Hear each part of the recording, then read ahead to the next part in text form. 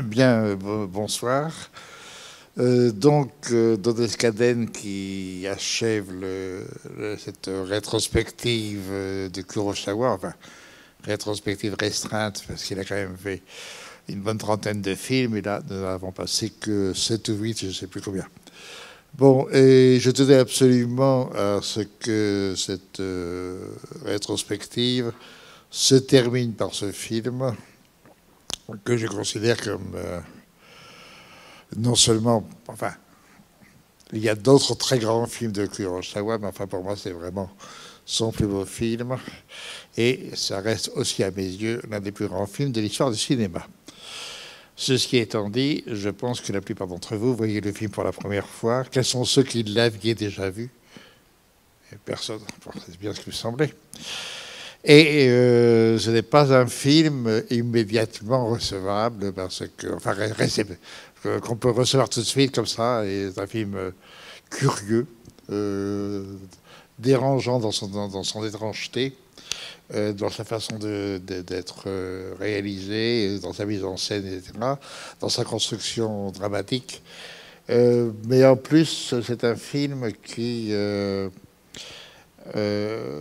enfin, je vais en parler après, sur le temps, qui est tout à fait passionnant, mais qui, évidemment, lorsqu'il a été tourné en 70 et montré en 71, c'était un échec très violent, et quand même Kurosawa avait parfaitement conscience qu'il avait fait, en tout cas qu'il a voulu faire un film extrêmement important pour lui, et que ce film a été très mal reçu au Japon, mais aussi à l'étranger, même en Europe.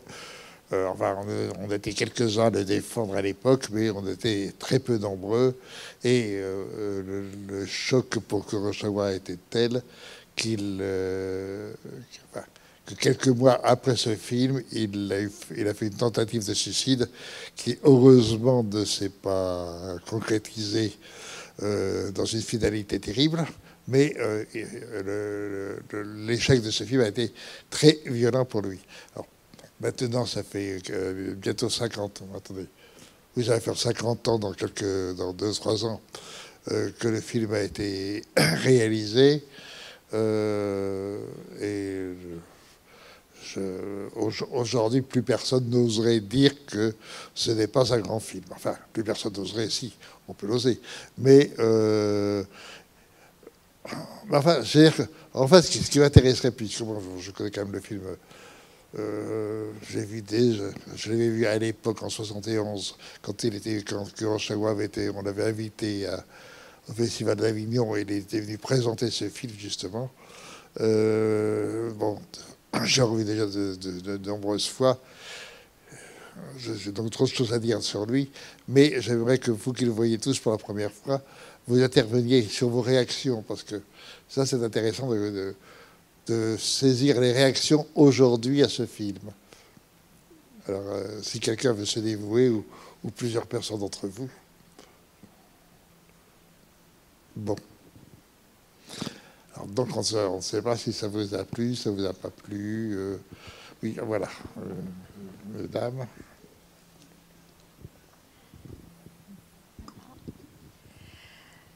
Alors je dis bien, je vais essayer parce que c'est assez déroutant. C'est quoi, c'est? Je disais que c'est un film déroutant, mais moi ce que j'ai retenu de toutes les images, c'est que je les ai trouvées éblouissantes, alors que il nous montre des gens très misérables, mais j'ai trouvé ça... comment dire, que malgré tout ce décor, malgré ces gens qui sont alcooliques, enfin, etc., on arrive à trouver une humanité. Comment je pourrais dire ça? Enfin, il y a quelque chose que je trouve de... Alors, vous allez dire qu'il ne faut pas dire ça, mais que je trouve de très beau. Et... c'est dans ces cadrages, c'est dans la lumière qu'il y a, et c'est surtout dans dans le jeu de tous ces acteurs que je trouve absolument extraordinaires.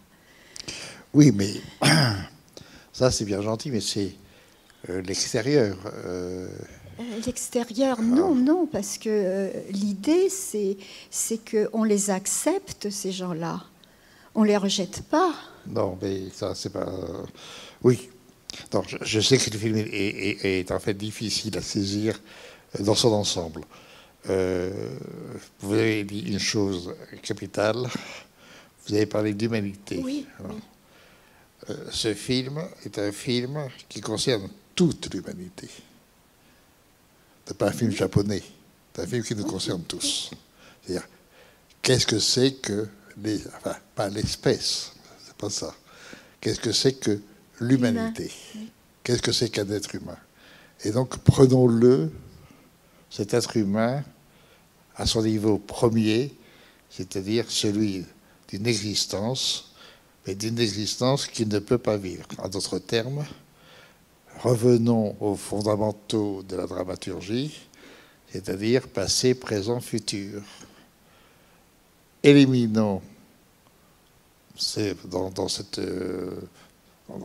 société misérable, comme vous l'avez dit, qui était vraiment dans le dernier endroit possible pour vivre, vraiment, complètement les déchets de l'humanité, enfin les déchets même de l'humanité. Donc une existence absolument primaire, et dans cette existence primaire qu'il aurait offert, c'est-à-dire l'impossibilité de vivre le passé, l'impossibilité de concevoir le futur. Ils n'ont que du présent et ils sont soumis à ce présent. Un présent dont ils ne sont en aucun cas les maîtres. Et donc, le film lui-même, sur sa construction, va être bâti sur cette idée.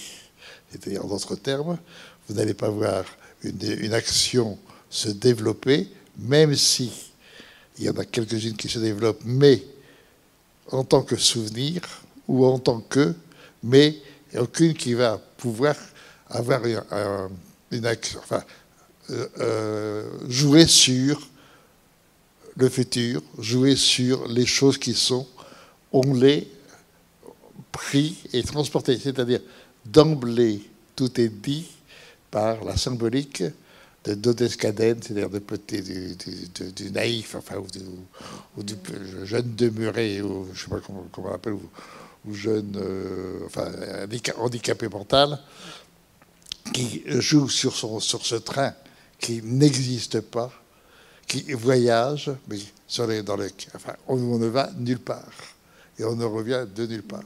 On reste justement là, maintenant, l'obligation d'être que dans le présent, et dans ce présent, de révéler un peu ce que l'on est, c'est-à-dire, en d'autres termes, toutes les possibilités que nous avons en nous, dans nos impressions, dans nos sensations, dans nos sentiments, qui s'expriment, mais qui ne peuvent pas se concrétiser, qui ne peuvent pas agir. L'action est interdite.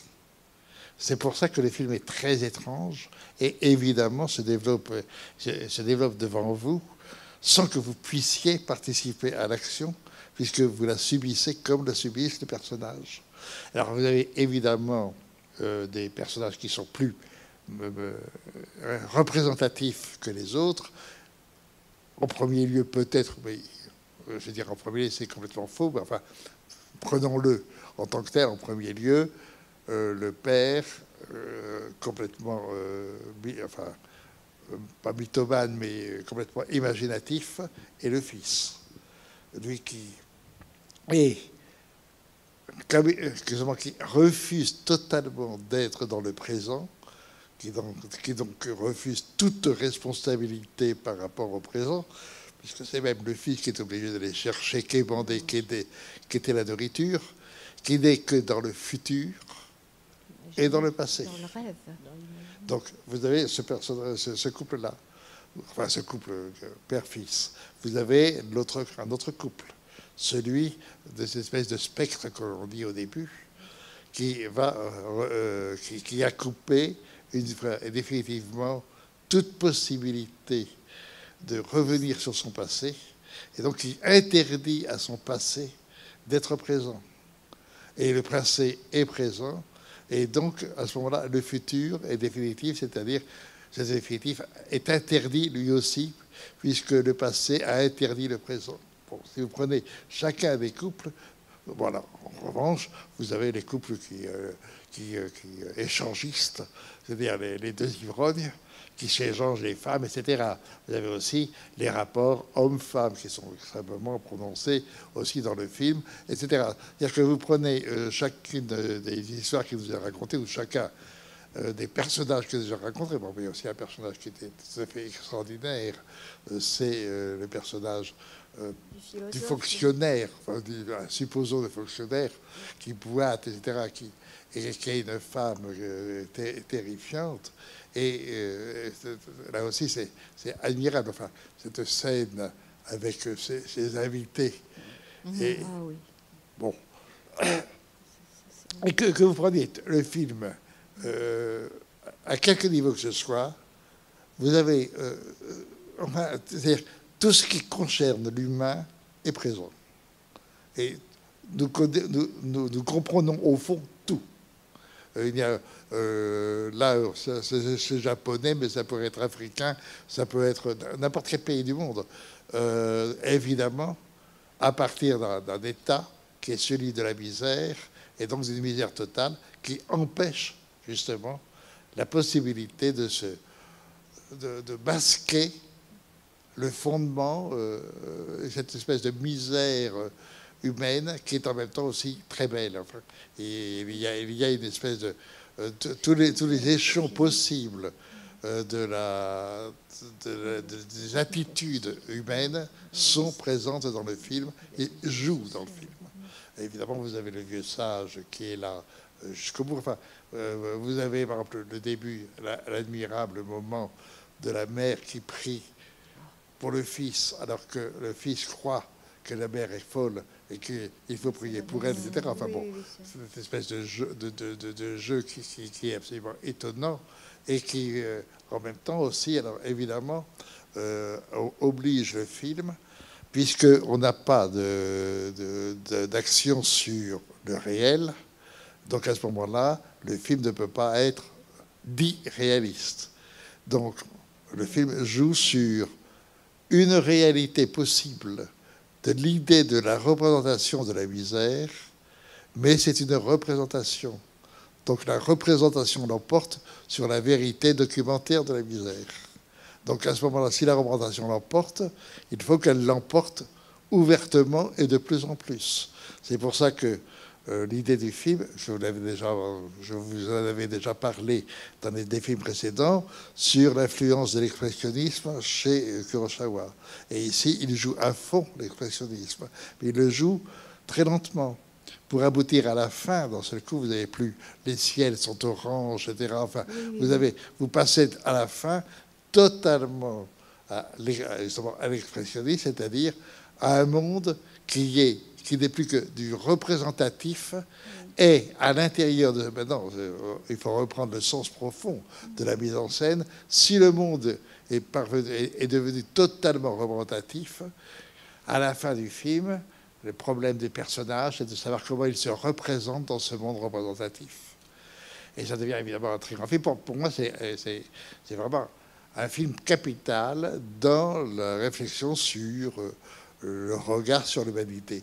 C'est un film qui dépasse toutes les frontières, comme je le répète, et qui, en même temps, donne au cinéma ses plus grandes lettres de noblesse.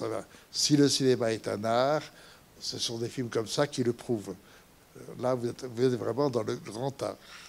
Et le grand art, dans ce que dit l'art, c'est-à-dire exprimer toute la richesse et la complexité et la force de la sensation, des sentiments, de l'affect. L'art, c'est la connaissance par l'affect. Donc ici, c'est un film qui est fait entièrement sur cette idée. Alors évidemment, en même temps, aussi avec une volonté d'être quand même distrayant, de ne pas être ennuyeux.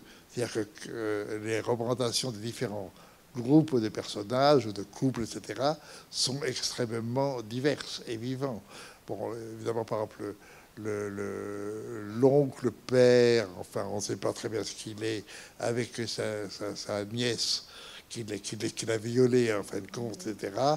Bon, là encore, vous avez un couple extrêmement intéressant sur les rapports de la famille, des pères et des filles. Bon, même si évidemment il y a l'excuse ici qui n'est pas réellement le père, etc. En revanche, le père des 5 enfants qui sont des enfants différents de son épouse, et qui est donc pas un seul de lui, mais lui est père de nature, si on veut, alors qu'elle est absolument pas mère. C'était une enfantrice, mais elle n'a aucune maternité, etc.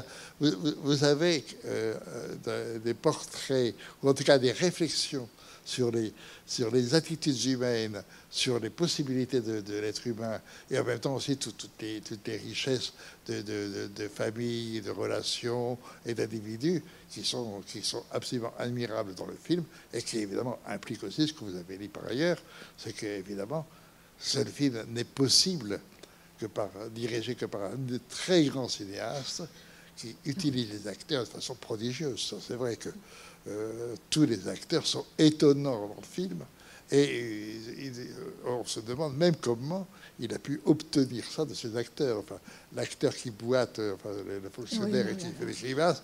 Bon, le spectre est la même chose, une espèce de regard absolument étonnant qu'il a. Le personnage du père qui imagine un futur merveilleux où tout serait construit, etc. Bon, tous les acteurs sont absolument magnifiques dans le film. Et là aussi, la force, c'est qu'on oublie totalement les cultures. Ils sont japonais, d'accord, mais ils sont totalement européens, ils sont totalement africains. Tous ces personnages-là, vous les connaissez. Je veux dire que vous pouvez les avoir vus autrement peut-être, mais dans la vie. Il n'y a aucune étrangeté pour le spectateur, pour tout spectateur, quel qu'il soit. Et ça, je trouve le film de ce point de vue-là tout à fait admirable. Et plus je le revois, plus je le trouve absolument génial. Enfin, c'est vraiment un film génial qu'il faut avoir vu une fois et revoir après. Ça, c'est vraiment le genre de film qu'il faut avoir vu plusieurs fois. Pas il faut dans le sens culpabilité, mais pour le plaisir, pour vraiment le découvrir et prendre plus qu'un plaisir, une émotion profonde et qui est le propre de l'art, c'est-à-dire c'est l'émotion qui porte à la connaissance et qui pousse à l'élévation. Et c'est un film pour ça absolument magnifique. Oui, je voulais vous demander quelque chose. Oui. Là, vous venez de nous dire qu'effectivement, il y a comme plusieurs scènes avec plusieurs personnages qui ont des relations entre eux. Comment vous interprétez le fait qu'il y a quand même un personnage qui fait le lien dans cet univers? C'est, je ne sais pas comment l'appeler, s'il faut l'appeler le philosophe. Enfin, c'est cette personne âgée qui vit seule. Non, c'est pas plutôt le sage. Le sage, voilà, très bien. Donc le sage qui, lorsqu'on vient le voler, donc va faire cadeau de son argent, etc., etc. Comment vous le voyez à l'intérieur de cet univers? C'est quand même surprenant. Non, c'est pas surprenant. C'est une des attitudes possibles de l'humanité. Ceux qui sont complètement dans l'existence la plus primaire, et en particulier nos deux ivrognes, ce monde-là, et vous avez dans l'humanité, et heureusement, vous avez justement les sages ou ceux qui vont vers la spiritualité. Ici, c'est une spiritualité sage. je pense, bouddhique, ou en tous les cas teinté un peu de la religion japonaise, ce qui est logique, mais vous avez non pas la représentation, mais l'obligation de l'humanité d'avoir à la fois le plus bas et le plus haut. Et sinon, vous n'avez pas d'humanité. L'humanité est conçue comme ça. Non, c'est conçu comme ça. Si vous n'avez pas le sage ou le savant ou le saint, etc., vous n'avez pas non plus l'existence. C'est de cela dont il est question. Évidemment, ce sage se promène, et il ne peut, mais seulement le seul problème, c'est qu'il est là pour répandre une idée, ou en tous les cas une possibilité, mais il n'a, comme vous avez pu le constater, aucune action. C'est-à-dire qu'il n'a aucune efficacité. Il y a son idée, il y a en effet la pensée que la sagesse, ou en tous les cas cette forme de représentation de la vie, dans ce qu'elle a de plus grand et de plus noble, peut en effet sauver les individus, mais l'espèce humaine, dans sa multitude, ne s'intéresse pas trop à ça. Elle s'intéresse aux besoins immédiats. Évidemment, là, la seule chose qui est intéressante dans le film, qu'il gomme comme ça, c'est tout ce qui est la vie fonctionnelle, c'est-à-dire, bon, la nourriture est présente, mais bon, on se demande exactement comment ils vivent. Ça, le fait de refuser absolument tout rapport avec une culture un peu supérieure. Il n'y a qu'un seul moment où vous avez ça, c'est quand vous avez une voiture et que le gamin ramasse les cigarettes pour se faire un peu d'argent, c'est tout. C'est le seul rapport que vous avez au monde, disons, normal. Là, nous sommes dans un monde complètement, bien sûr, fictionnel, de la misère absolue, et donc d'une sorte de désert, de civilisation qui est présente. Et malgré tout, la civilisation est quand même présente. Ce qui est, là aussi, je pense, le propre de l'humanité. L'humanité sera toute ça, enfin, depuis son existence, ce sont des civilisations, et ce sont forcément donc des groupes. En aucun cas, l'humanité vit sur l'individu en tant que tel. L'individu est indispensable au groupe. Et non pas, vous ne pouvez pas vivre seul. Impossible. Donc voilà. C'était vraiment un film sur... au fond, très simple. Hein, mais il suffit de le voir et de bien le recevoir. Et ça, je vous le répète, on ne peut le recevoir que par ce qui est le propre du spectateur de cinéma, de regarder la forme, c'est-à-dire de regarder l'écriture. L'écriture vous donne, alors vous l'avez immédiatement ressenti en relevant justement que le film est fait sur la beauté, et une beauté de la représentation. On est dans de la représentation. Rappelez-vous, on avait déjà vu ça dans des films précédents de Kurosawa, mais évidemment, là, il l'a poussé à un degré... enfin, il a poussé son art au plus haut degré, et c'est bien pour ça que le film, à l'époque, avait été refusé. Les gens disaient à quoi ça sert, cette histoire. Et ça, bon. Et puis, en revoyant le film aujourd'hui, en plus, je me dis quand même, là, il parle des miséreux, donc des sans sous, etc. Et je trouve qu'il y a une résonance aujourd'hui. Parce que, justement, j'étais en train de réfléchir pendant qu'on voyait le film, en disant pourquoi en 70, 71, il a été mal reçu. C'est que, je crois que j'en avais parlé le mois dernier, c'est le film de 52, c'est ça. C'est-à-dire que, bon, là, on est en 70. En 70, le Japon s'est rétabli. ça y est, maintenant on a de nouveau la richesse, en tous les cas, le pays a repris sa place dans le monde.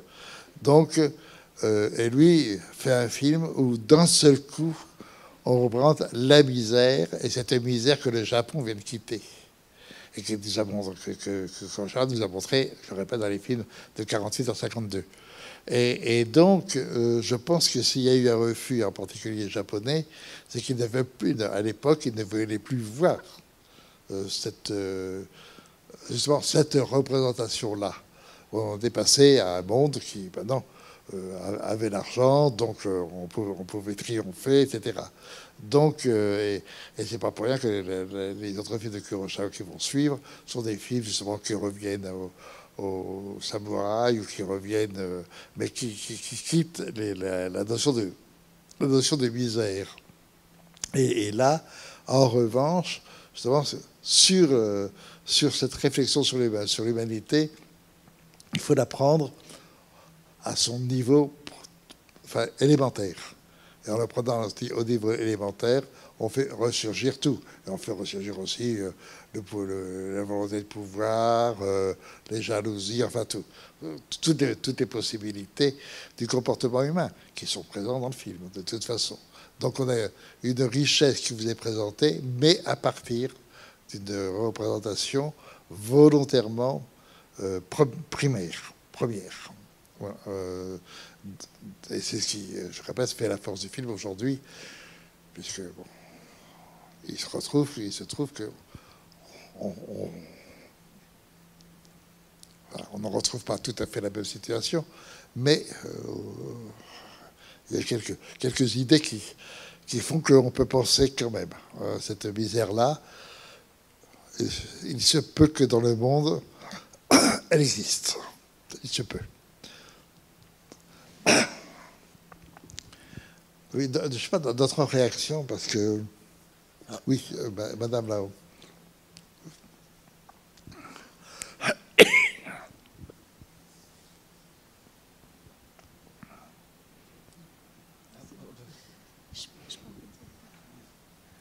Bonjour. Quand j'ai regardé ce film, j'ai pas pu m'empêcher de penser à ce film italien, mais j'arrive pas à retrouver le titre, où ils vivent un peu dans des bidonvilles, mais il y a... Ouais, peut-être. C'est lequel c'est pas le film de Scola, non? Oui, Affreux, sale et méchant.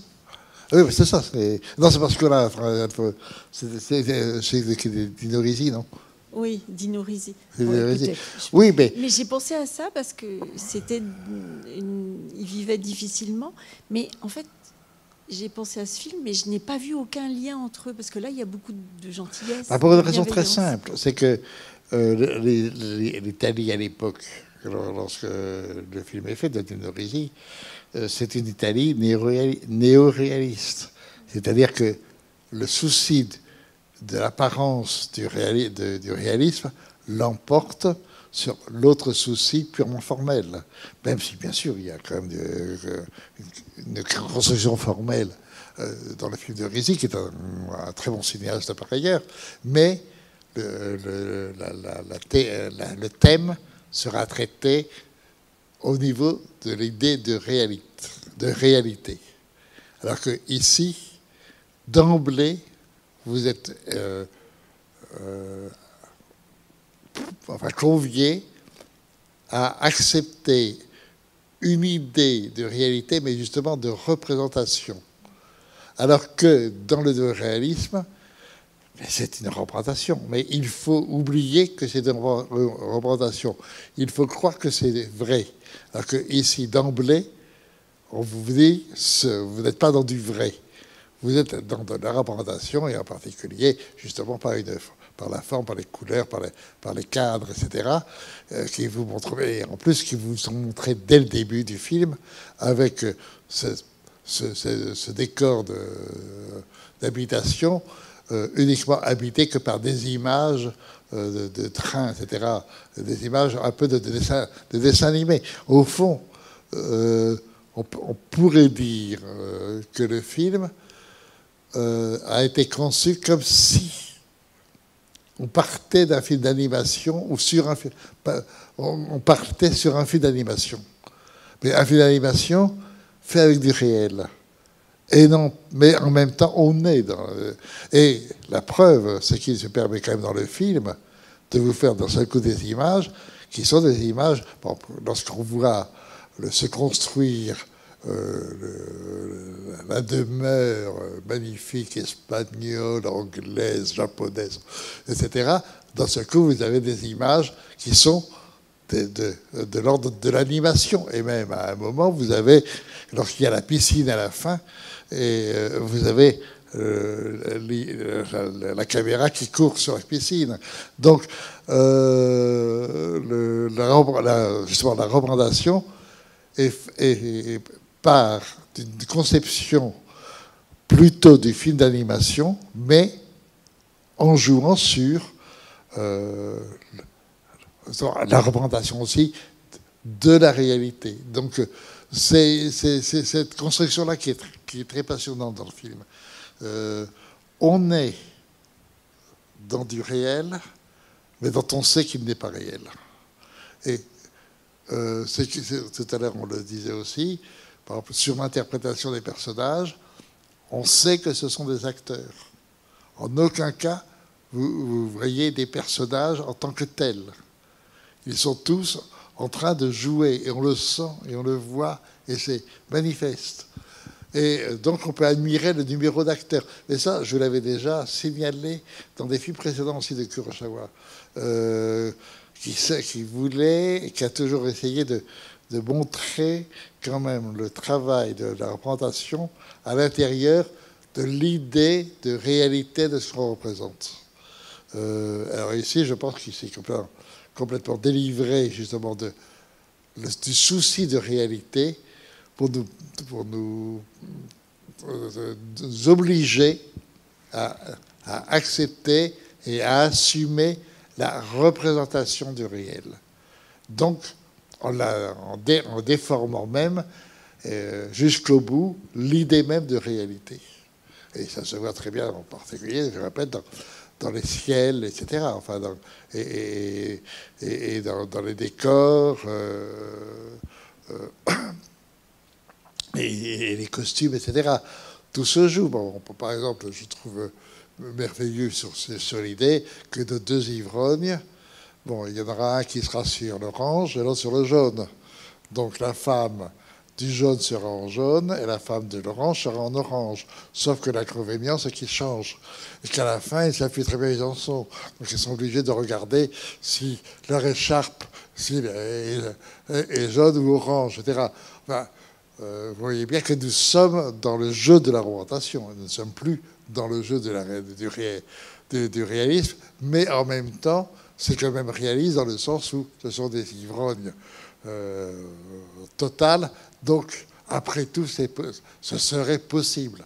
Mais le jeu, en tant que, je répète, représentation que vous recevez, c'est ça que vous recevez, vous voyez bien que vous n'êtes pas dans ce qu'on appelle le réalisme. Vous êtes dans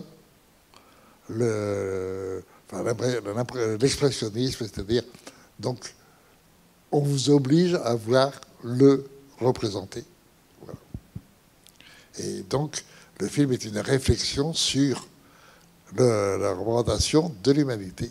Donc, c'est dans ce sens-là que le film, évidemment, ce désir de construction à partir d'un parti pris qui est celui de l'animation, donc celui de la représentation, fait que on peut en effet aborder le thème très général et très complexe de qu'est-ce que l'humanité, en quoi est ou existe l'humanité, qu'est-ce que c'est. Et là, je trouve que c'est pas mal. C'est un beau tableau, en tout cas. Et un beau tableau qui permet la réflexion et qui permet la connaissance. On en revient toujours à la même chose. Je ne sais pas, d'autres réactions, parce que là, j'ai l'impression que vous êtes un peu... Oui, monsieur.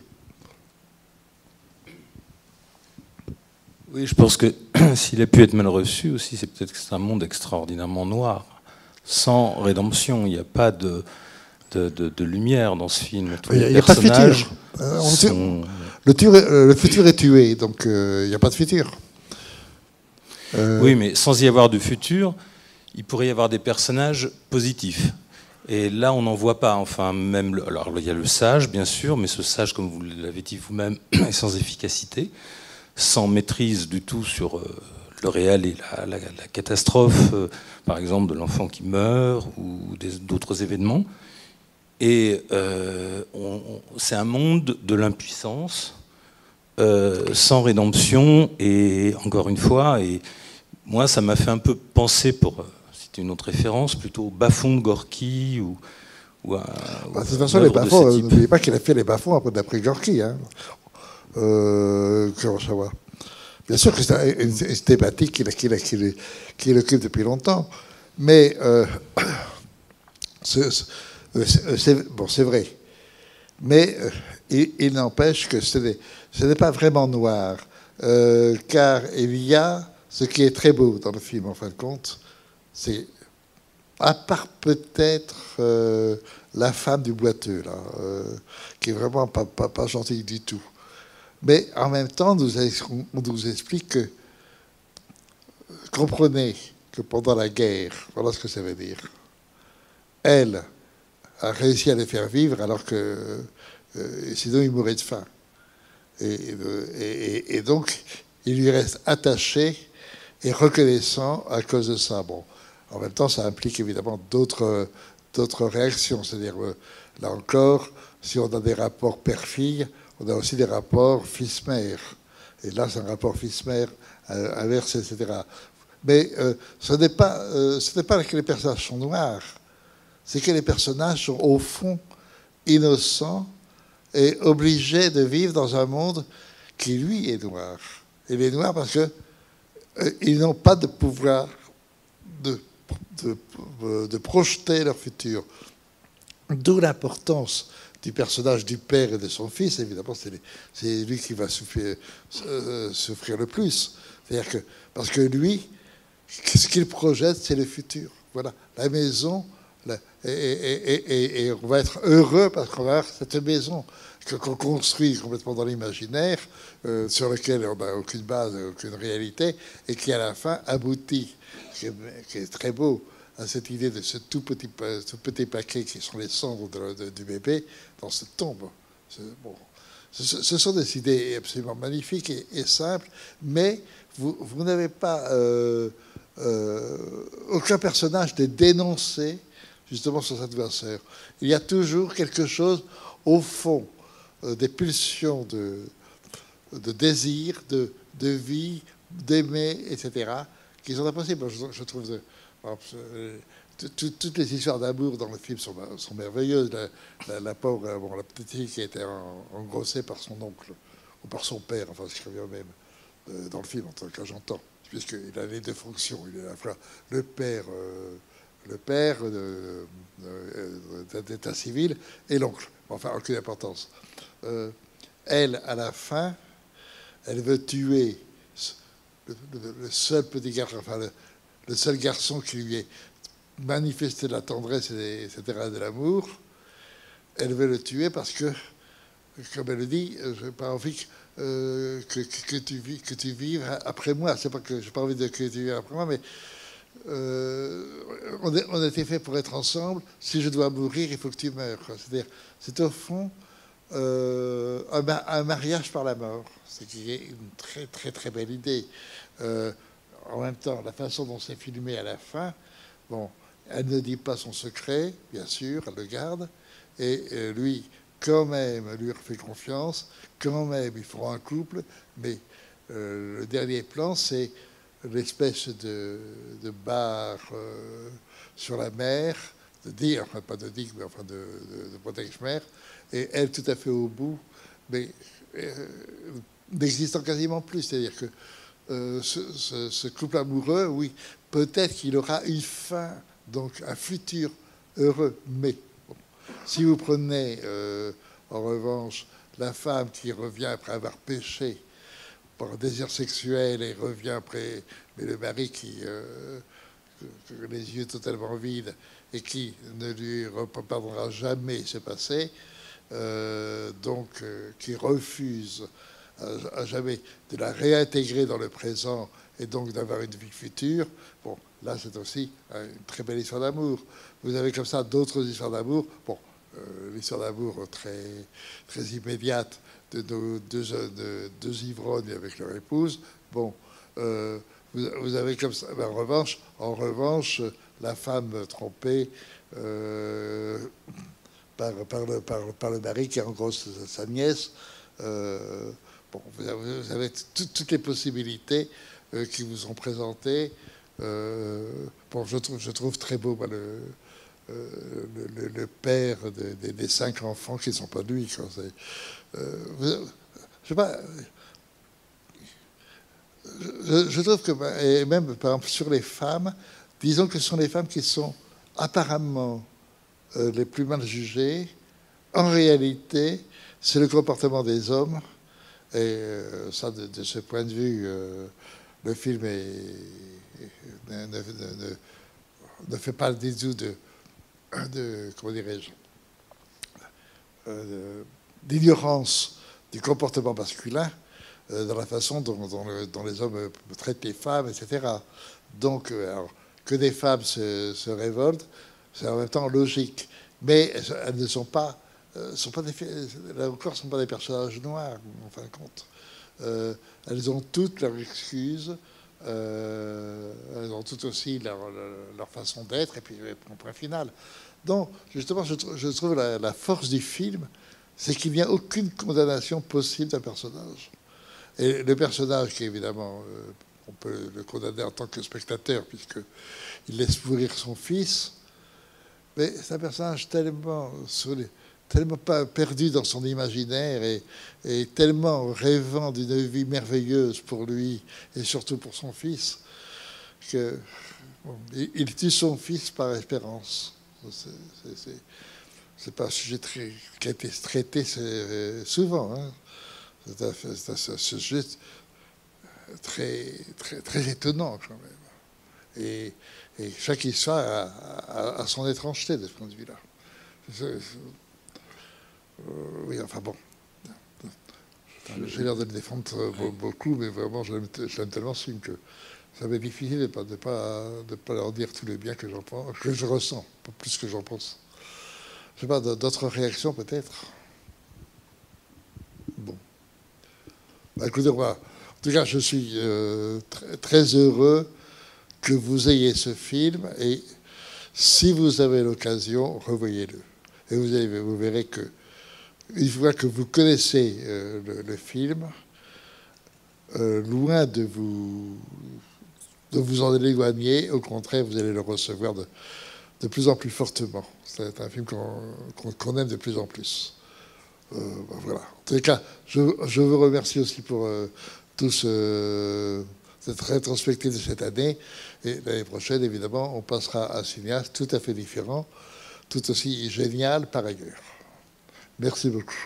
Merci à vous.